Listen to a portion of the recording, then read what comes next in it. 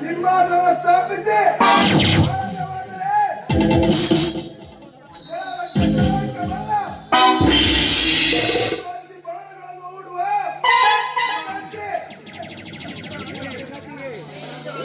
ಈ ಜಗತ್ತಿಗೆ ಉರಿಬಿಸಿದ ತಾಪ ಮುಗಿಸುವ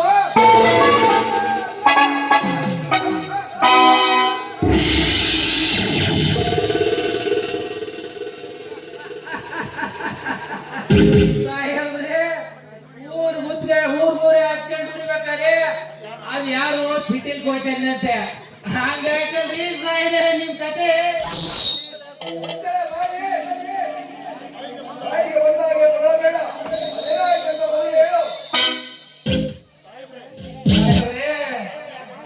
ನಾನ್ ಯಾಕೆ ಸಾಯಲಿ? ನಾನ್ ಹೇಳೋ ಸುದ್ದಿ ಕೇಳಿ ಸಾವು ನಿನಗೆ ಬರಬಹುದು. ನಿನಗಿಂತ ನಾನು ಜಾಸ್ತಿ ಬರುತ್ತೇನೆ.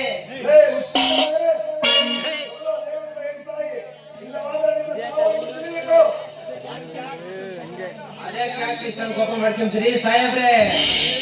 ನಾನು ಹೇಳಿದ್ದು ಏನಂದ್ರೆ, ನಮ್ಮ ಮನೆಯಲ್ಲಿದ್ದಾಳ ಆ ರೂಪ ನಮ್ಮ ಶತ್ರುವಾದ ಆ ರಾಣನ ಮನೆ ಸೇರಿದ್ದಾಳೆ. ಈಗ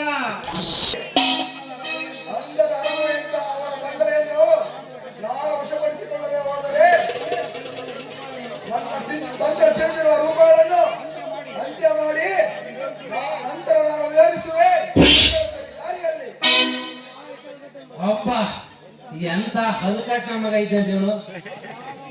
ಅದ್ ಯಾವ ಬೆಳಿಗ್ಗೆ ಹುಟ್ಟಿದ್ನೋ ಏನ? ಸಾಹೇಬ್ರೆ ಬರ್ಲೆ ಸಾಹೇಬ್ರೆ, ನೀನು ಹೋಗಿ ನಿಮ್ಮ ಅಮ್ಮವರು ದೀಪಗಳನ್ನು ಕಳಿಸು. ಆಯ್ತು ಸಾಹೇಬ್ರೆ.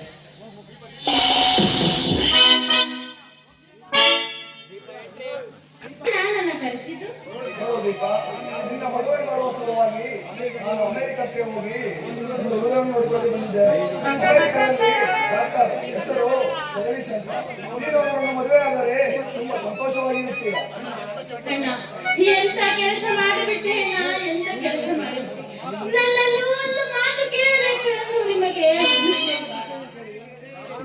ನಾನು ತಂದಂತಹ ಸುದ್ದಿಯನ್ನು ಕೇಳಿ ನನ್ನ ತಂಗಿ ಸಂತೋಷದಿಂದ ನಲಿದಾಡುತ್ತಾಳೆ ಎಂದು ತಿಳಿದಿದ್ದೆ.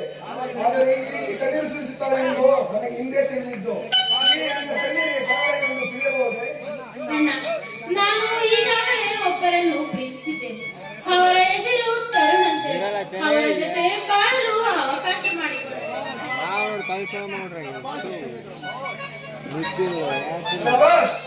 ಒಪ್ಪಿದೆ ಕಣಮ್ಮ. ನನ್ನ ತಂಗಿ ಏನು ತಿಳಿಯದ ಮುಕ್ತ ಹಸುಗುಸು ಎಂದು ತಿಳಿದಿದ್ದೆ. ಆದರೆ ಪ್ರೇಮ ಎಂಬ ಪ್ರಣಯ ಪಕ್ಷಿಯಂತೆ ಹಾರಾಡುತ್ತಾಳೆ ಎಂದು ಹಿಂದೆ ನನಗೆ ತಿಳಿದಿದ್ದು. ನೋಡು ದೀಪ, ಪ್ರೀತಿ ಪ್ರೇಮ ಎಲ್ಲ ನಿರರ್ಥಕ. ಸ್ವಲ್ಪ ಆಲೋಚನೆ ಮಾಡು ದೀಪ. ಈ ನಮ್ಮ ಪ್ರೀತಿಗೆ ನೀವು ಈ ರೀತಿ ಅಡ್ಡ ಬರ್ತೀರಾ ಅಂತ ತಿಳಿದಿದೆ. ನೀವು ಅವರ ಜೊತೆ ಬಾಳಲು ಅವಕಾಶ ಮಾಡಿಕೊಟ್ಟರೆ ಅಷ್ಟೇ ಸಾಕಣ್ಣ. ಏ ದೀಪ, ಕೋಟ್ಯಾನುಗಟ್ಟಲೆ ಆಸ್ತಿಯನ್ನು ಹೊಂದಿರುವ ಸುರಲೋಕದ ಅಧಿಪತಿಯಾಗಿ ಈ ಸೂರ್ಯನಿಗೆ ಸರಿಸಮನಾಗಿ ಒಬ್ಬ ಈ ಬಡ ವಿಕಾರಿಯನ್ನು ಆರಿಸಲು ಮನಸ್ಸಾದರೂ ಹೇಗೆ ಬಂತು? ನೀನು ಪ್ರೀತಿಸಿದ ಆ ಶೇಖರ ನನ್ನಲ್ಲಿರುವ ಆಸ್ತಿ ಅಂತಸ್ತಿಗಾಗಿ ಹೊರತು ನಿನ್ನ ಮೇಲಿನ ಪ್ರೀತಿಯಿಂದಲ್ಲ, ತಿಳಿದುಕೋ. ಅಣ್ಣ, ಅವರು ಅಂಥವರಲ್ಲ ಅಣ್ಣ. ಆಸ್ತಿಗಾಗಿ ಆಸೆ ಪಡುವ ಹೀನ ಕುಲದವನಲ್ಲ. ಅವರ ಜೊತೆ ಬಾಳಲು ಅವಕಾಶ ಮಾಡಿಕೊಡಿ. ಏ ದೀಪ, ಬೆಳ್ಳಗಿರುವುದೆಲ್ಲ ಹಾಲೆಂದು ತಿಳಿಯುವಂತಹ ವಯಸ್ಸು ನಿನ್ನದು. ಗುಲಾಬಿ ಹೂವಿನ ಅಂದಕ್ಕೆ ಮರುಳಾಗಿ ಅದರ ಕೆಳಗಿನ ಮುಳ್ಳನ್ನು ಕಾಣದೆ ಅವಸರವಾಗಿ ಕಿತ್ತುಕೊಳ್ಳಲು ಹೋಗಿ ಚುಚ್ಚಿಕೊಂಡು ಮರುಗುವಂತಹ ಮನಸ್ಸು ನಿನ್ನದು. ತಿಪ್ಪೆ ಬೇರೆಯ ನಾಯಿಯನ್ನು ತಂದು ಉಪ್ಪರಿಗೆ ಮೇಲೆ ಕುಡಿಸಿದರೆ ಅದು ನಾರು ದುರ್ಗಂಧವನ್ನು ಬಿಡುತ್ತದೆ. ಸುಮ್ಮನೆ ನನ್ನ ಮಾತು ಕೇಳಿ ನಾನು ಹೇಳಿದ ತನ್ನತ್ತ ಹೊರಡ ತಲೆ ತಗ್ಗಿಸಿ ಮಾಂಗಲ್ಯವಾಗಿ ಪಡೆದನು.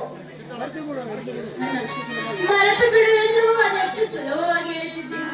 ಆದ್ರೆ ಪ್ರೀತಿ ಎನ್ನುವುದು ಇಷ್ಟ ಬಂದಾಗ ಪಡೆದು ಬೇಡ ಎಂದಾಗ ಬಿಡಲು ಅದು ಆಟಿಕೆಯ ಗೊಂಬೆ ಅಲ್ಲ. ನಾನು ಪ್ರೀತಿಸಿದ ಮರುಕ್ಷಣವೇ ಅವರೇ ನನ್ನ ಪತಿ ಎಂದು ತೀರ್ಮಾನಿಸಿದ್ದೇನೆ. ಮುಚ್ಚು ಬಾಯಿ ಸಾಕ್. ಒಡ ಹುಟ್ಟಿದ ಅಣ್ಣನ ಮಾತಿಗೆ ಬೆಲೆ ಕೊಡದೆ ಆ ಬಡ ವಿಕಾರಿಯನ್ನು ಗಂಡನಿಡುತ್ತಿರುವೆಯಲ್ಲ. ನೋಡು ದೀಪ, ನೀನು ಅವರನ್ನು ಮದುವೆಯಾದರೆ ತುತ್ತು ಕೂಳಿಗೂ ಪರದಾಡಬೇಕಾಗುತ್ತದೆ. ಅಂತಹ ಬಡ ವಿಕಾರಿಯನ್ನು ಮದುವೆಯಾಗಬೇಡ. ಅಣ್ಣ, ಭಿಕ್ಷೆ ಬೇಡುವನೇ